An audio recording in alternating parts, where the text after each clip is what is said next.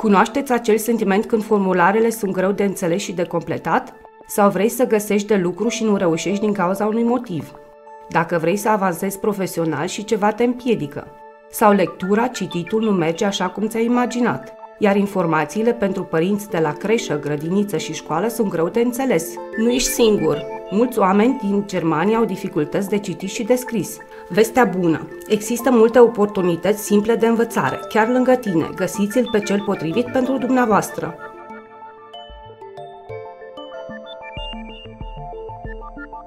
De exemplu, ți-ar plăcea să cunoști oameni care se află într-o situație similară cu care poți exersa fără presiune și doar cât de des vrei. Atunci vino la cafeneaua de învățare din casa cu mai multe generații.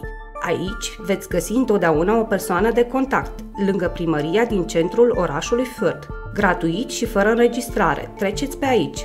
Cafeneaua de învățare este întotdeauna deschisă vineri de la ora 16 la 17:30. Mai multe informații vă oferă acest videoclip.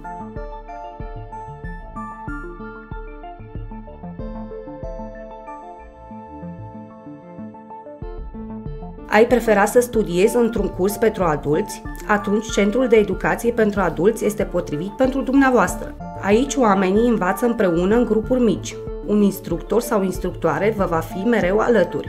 Centrul de Educație pentru Adulți se află și el în apropierea primăriei din centrul orașului. Un curs se ține de obicei o dată pe săptămână și nu costă mult. Mai multe informații vă oferă acest videoclip.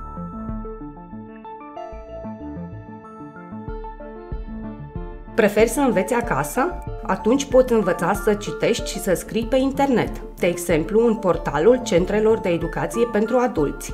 Aici veți găsi exerciții pentru persoane cu și fără cunoștințe anterioare, oricând, la orice oră și gratuit. Puteți găsi mai multe informații și linkuri sub acest videoclip.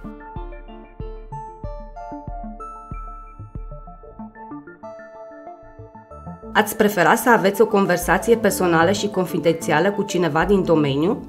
Atunci puteți suna la telefonul Alfa și puteți pune întrebări sau pur și simplu să vorbești. Gratuit de luni până joi de la ora 8 la ora 16 și vineri de la ora 8 până la ora 14. Numărul de telefon îl găsiți sub acest videoclip. Nu contează care este calea cea mai bună pentru tine, fă primul pas și vei vedea. Cu puțin ajutor poți învăța să citești și să scrii.